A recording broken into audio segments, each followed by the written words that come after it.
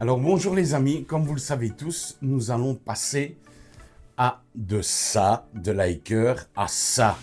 Donc aujourd'hui, je vais vous montrer comment mettre les rallonges sur la Hiker K1 Pro Max ou sur les autres Hiker. On peut acheter ces rallonges chez Hiker pour agrandir votre machine, pour avoir une plus grande surface de découpe ou pour graver des plus grandes toiles ou objets différents. Donc on voit ça de plus près en image. On va essayer de faire des belles captures d'image, mais c'est assez compliqué. Tout d'abord, on va commencer à démonter, à débrancher la Hiker. On va la débrancher tout doucement, à son aise, et puis on va la mettre à plat sur la table et on va l'opérer, comme je dis.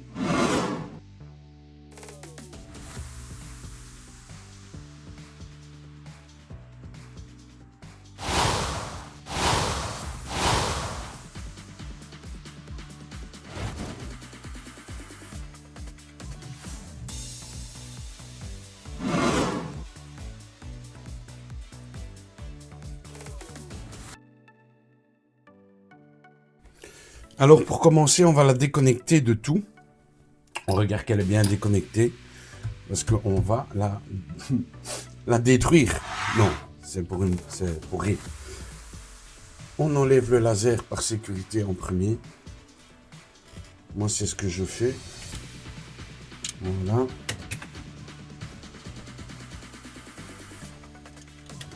La petite clé.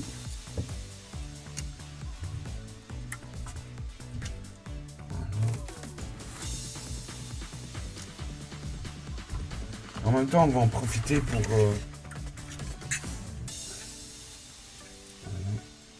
vous enlever tout doucement tous les câbles. On va en profiter pour le nettoyer. Donc je le pose sur le côté pour être sûr que je ne perde rien. Donc là, les pièces sont détachées. On va enlever le tuyau du Air Assist. Voilà. On va débrancher tous les câbles, toutes les alimes. Voilà. Et je pense qu'on peut le prendre et le mettre sur la table d'opération. En même temps, on va regresser tous les rails de l'axe X. Ça va être sympathique à faire. Allez, on revoit ça sur un autre angle d'image, les amis.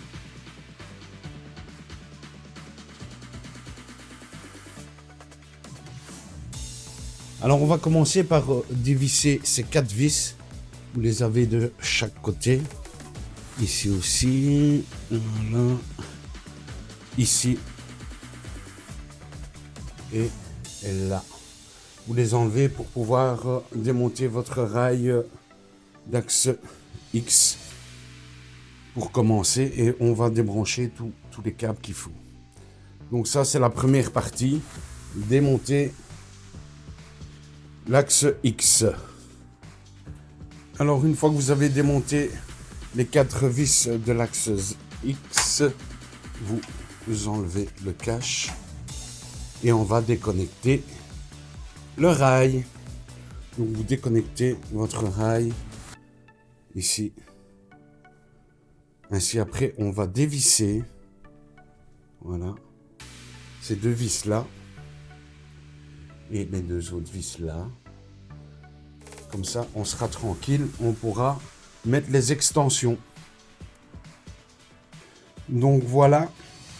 Une fois que vous avez dévissé ces vis là, vous allez le voir comme ici, elles sont dévissées. Vous pouvez enlever votre rail. Voilà. Attention de ne pas perdre vos vis, de préférence. Donc moi, je les mets dans un petit récipient. Voilà, comme ça. Ainsi, je ne les perds pas. Une fois que vous avez démonté votre rail, on va passer au rail sur les côtés.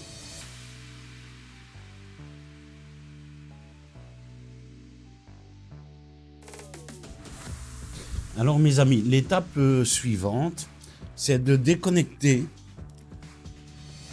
cette petite broche. Voilà. et la grosse broche qui est ici en dessous. On va essayer de déconnecter sans retourner la machine. De préférence, il faut retourner la machine. Donc, vous devez la déconnecter aussi. Ainsi, vous pourrez enlever les rails sur les côtés. Je vais faire la manipulation. On se retrouve juste après. Donc voilà, on a déconnecté la nappe aussi. Alors, une fois que vous avez déconnecté les nappes, vous avez ces deux vis ici également à déconnecter pour déconnecter cette tige du moteur.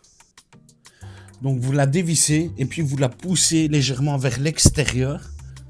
Alors, une fois que vous avez enlevé les deux vis du bas, vous retournez votre machine, vous dévissez votre pied et vous dévissez ici pour pouvoir faire coulisser la tige. Voilà. Quand ça c'est dévissé, vous allez pouvoir faire coulisser la tige que je vais vous montrer après. Donc une fois que vous avez bien dévissé ces deux vis là, également celle que je vous ai montrée en dessous du pied, vous pouvez dégager la tige d'axe qui permet de synchroniser les deux moteurs. Donc on voit ça tout de suite après. Après, c'est un jeu de patience. On doit dévisser toutes ces vis de chaque côté des montants. Également ici et également là.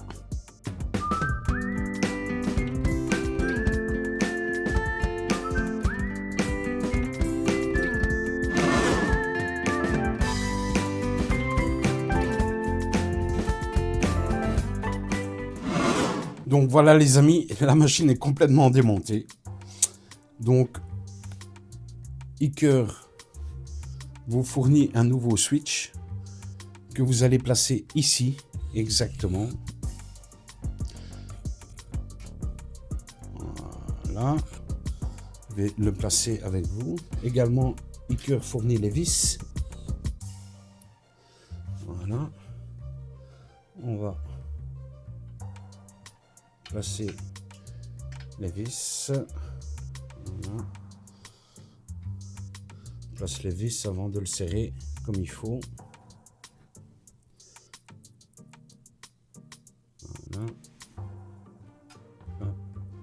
Toujours délicat à placer. Voilà. Et là, vous le serrez bien.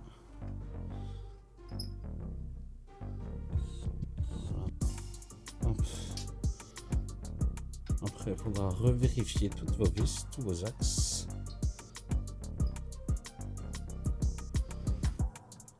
Voilà.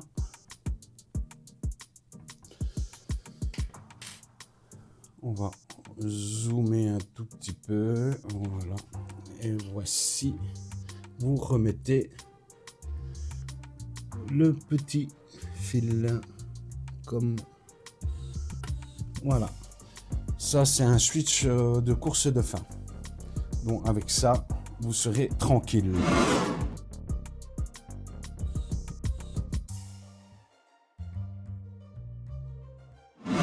Voilà, nous allons commencer par la fin, par le côté du dessus, c'est ce qu'il y a de plus facile.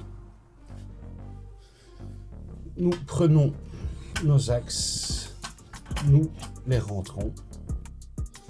Et nous allons les visser. Voilà. On va rapprocher un petit peu. Voilà. Ça, c'est les pieds. Voilà. Nous prenons nos vis et nous allons placer. On regarde pour que ça soit bien mis. Voilà, comme ça. Vous avez entendu le petit clac, donc c'est bien emboîté. On va prévisser pour être sûr que ça ne bouge plus.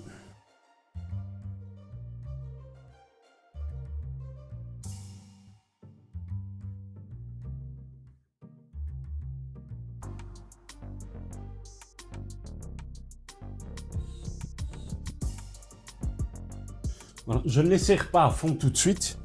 Et cette vis là, je la mettrai en dernier parce que cette vis vous permet de tendre vos courroies. Donc je vais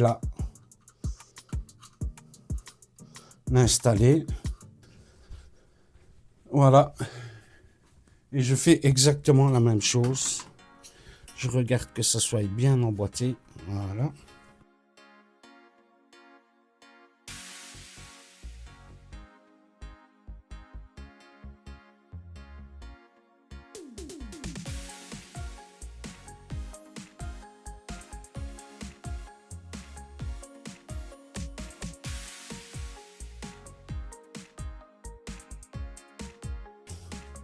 Ma vis de tension de courroie que je revisse.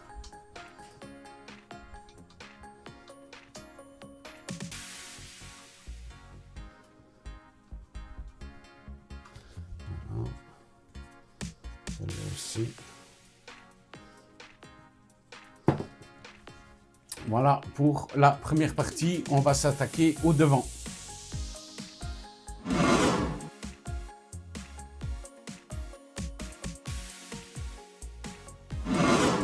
Alors là, on va s'attaquer au devant. Vous dévissez un peu cette vis-là pour remettre la tige, qu'on reglissera tout à l'heure, et les deux vis qui sont ici aussi. Il y a deux petites vis aussi, c'est pour pouvoir glisser la tige qui va travailler sur votre axe. Voilà.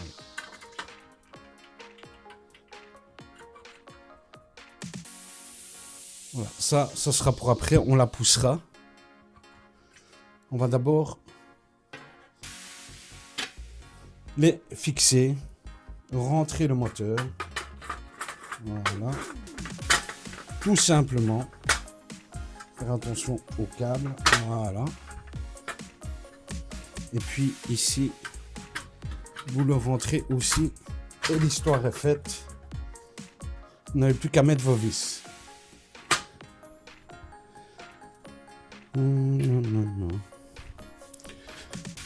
Donc, on le cale bien.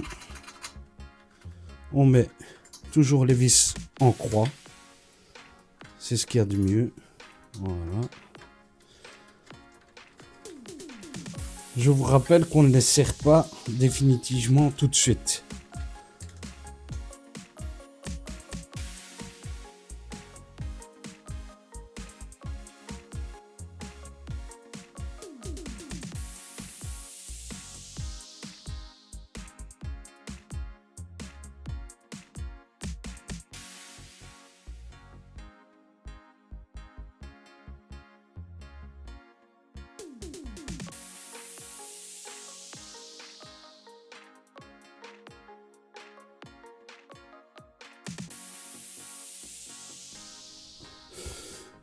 Donc vous voyez que c'est très facile à faire.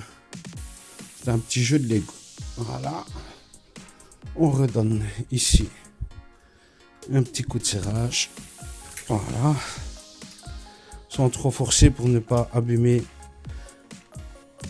Voilà. Hop. Voilà. On va faire la même chose derrière. Voilà.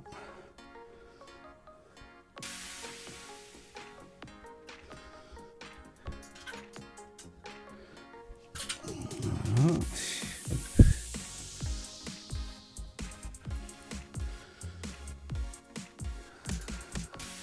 Regardez bien que votre clé à laine soit bien enfoncée. Voilà. On fait la même chose derrière. Et on revient tout de suite.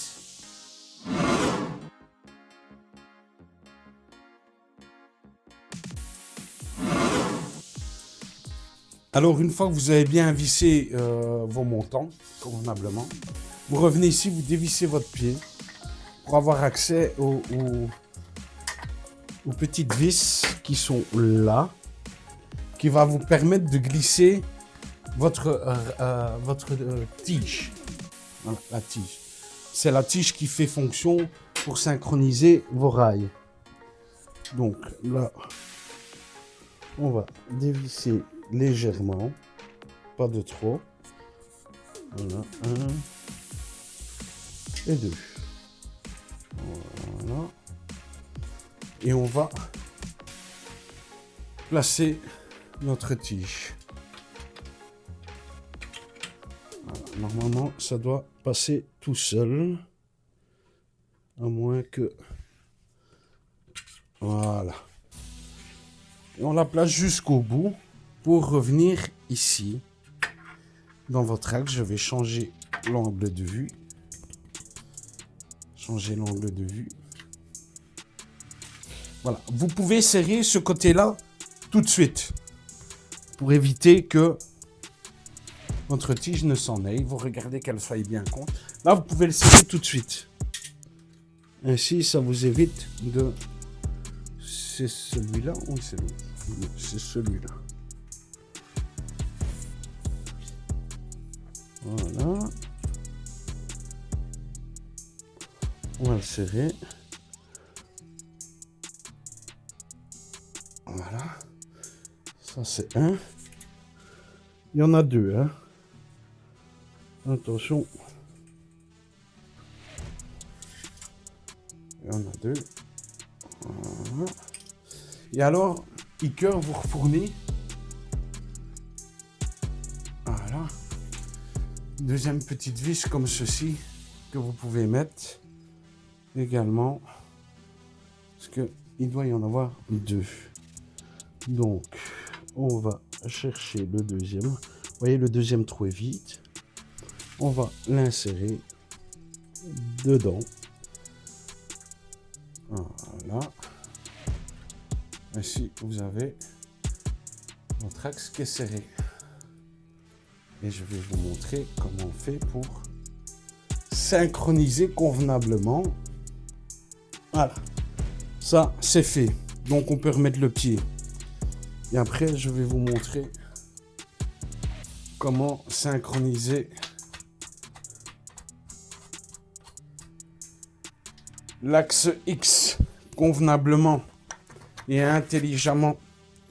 On se voit dans une autre prise de vue.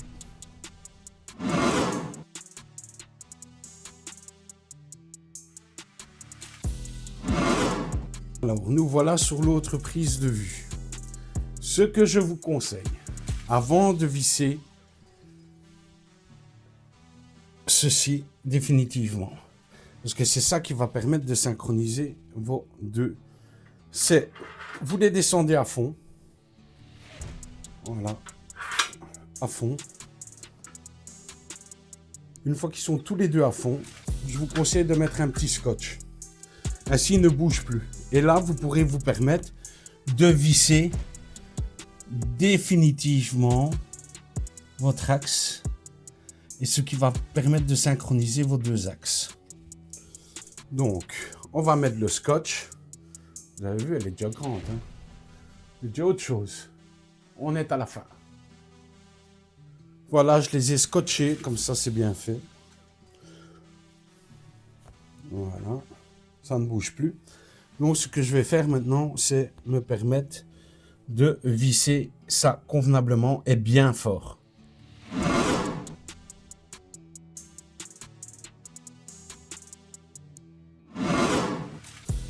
Voilà, on va le visser pour être sûr que ça ne bouge plus. Voilà. On serre bien fort. Si on est sûr que les deux axes sont bien synchro.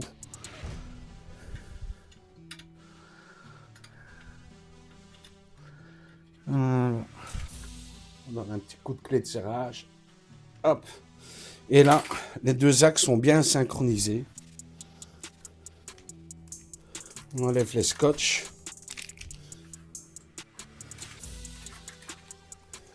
Voilà. Et on va vous montrer que les deux axes sont bien synchronisés. Voilà. Il n'y a pas de jeu dans les deux axes. Vous voyez, quand je fais aller, ça tourne bien convenablement. Et puis on remet son axe X et on rebranche tout. Donc voilà. C'est pas plus compliqué que ça de faire sa machine. Donc on va se permettre de retirer le câble. On rebranche la cosse. La grosse cosse ici en dessous. Voilà.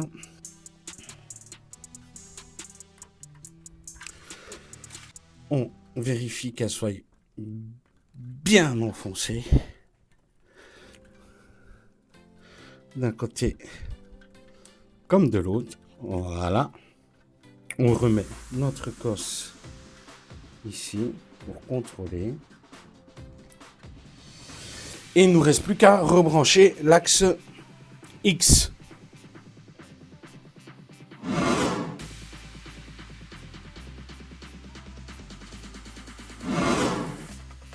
Donc maintenant nous allons rebrancher notre axe X. Comme vous le voyez, on va le prendre, on va le mettre pour que tout soit bien ensemble. Voilà. On remet les vis.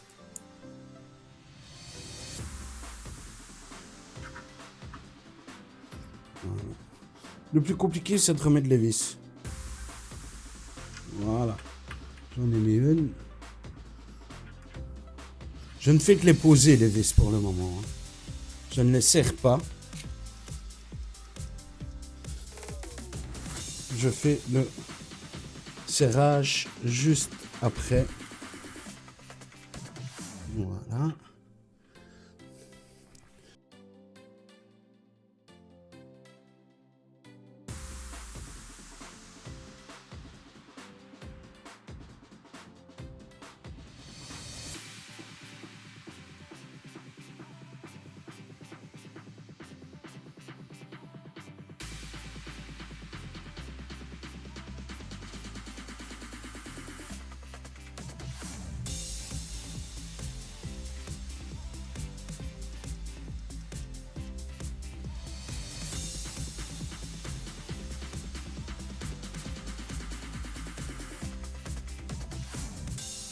Hop, on le fait coulisser.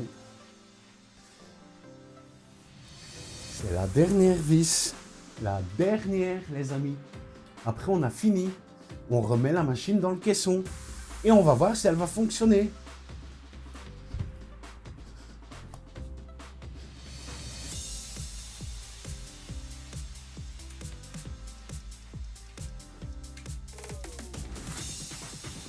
Bien sûr, comme vous avez agrandi à 183% votre machine, vous allez devoir modifier dans Lightburn.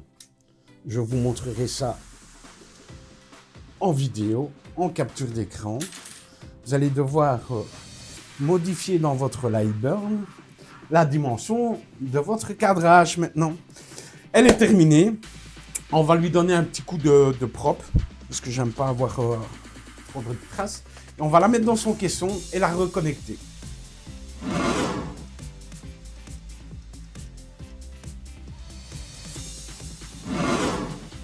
Voilà les amis, avant de vous montrer comment changer les paramètres pour votre extension, n'oubliez pas de vous abonner, de partager un maximum et de clocher sur la petite cloche. C'est très important pour ma chaîne, ça me permet de grandir et d'être soutenu pour pouvoir me permettre d'acheter des matériaux et vous faire plus de vidéos sur plus de machines et plus de matériaux. Très important.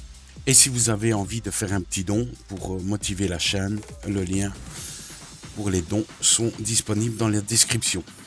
Donc nous voilà dans Lightburn. Une fois que vous avez ouvert votre Lightburn, ça se présente comme ceci. Votre machine à la base est de 410 par 410. Une fois que vous avez installé les extensions, ce n'est pas compliqué. Il y a juste un paramètre à changer. Vous allez ici dans les outils et en hauteur, je dis bien en hauteur, vous mettez 750. Mettez-le bien en hauteur. Si vous le mettez dans l'autre sens en largeur, votre machine va mettre un mode défaut. Malheureusement, c'est l'inconvénient avec Lightburn, c'est ceci. Il faut le temps de vous habituer. Parce qu'une fois qu'on change l'axe Y dans Lightburn, on ne sait pas tourner le dispositif d'image de Lightburn. J'ai essayé plusieurs méthodes, j'ai changé largeur, mais à ce moment-là, ça pose problème parce que la machine se met en code défaut, elle va toucher les start and stop, qu'on est bien clair. On n'agrandit pas les X, mais bien les Y.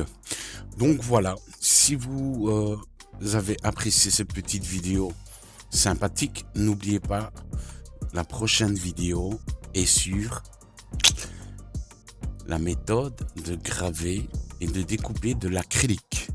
Vous aurez la chance de pouvoir voir toutes les couleurs et d'avoir tous les paramètres. J'ai fait tous les tests, ça prend du temps, mais j'ai décidé de vous faire ce petit cadeau car beaucoup de gens me demandaient des vidéos sur la découpe d'acrylique. Donc voilà, n'oubliez pas de vous abonner à la chaîne, de me soutenir.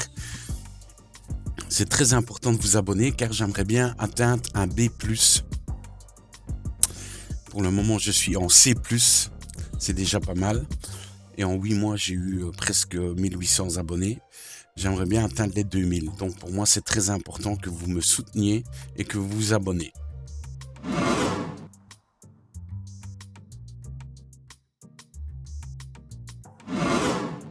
Bon, les amis, je pense que c'est opération réussie pour les extensions de Liker.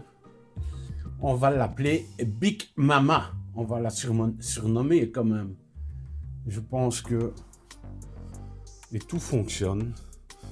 410 par 75, les amis. Ça fonctionne très très très bien. On va la faire démarrer. Excusez-moi, mais voilà. Là, on a fait un petit test.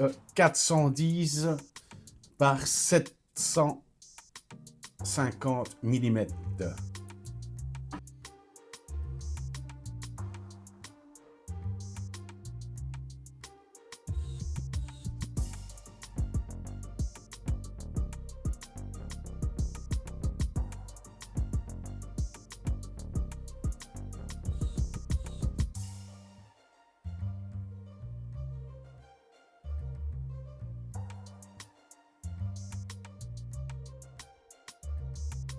Donc, vous avez vu la nouvelle bête, les extensions de chez Liker pour avoir une graveuse beaucoup plus grande de 410 par 750 mm. Ça fonctionne très bien, vous n'avez rien à changer. Tout est fourni dans le kit. Les câbles sont assez longs. Le tuyau du Air Assist est assez long d'origine. Il n'y a rien du tout à changer. Voilà. À partir d'aujourd'hui, on va l'appeler la Big Mama.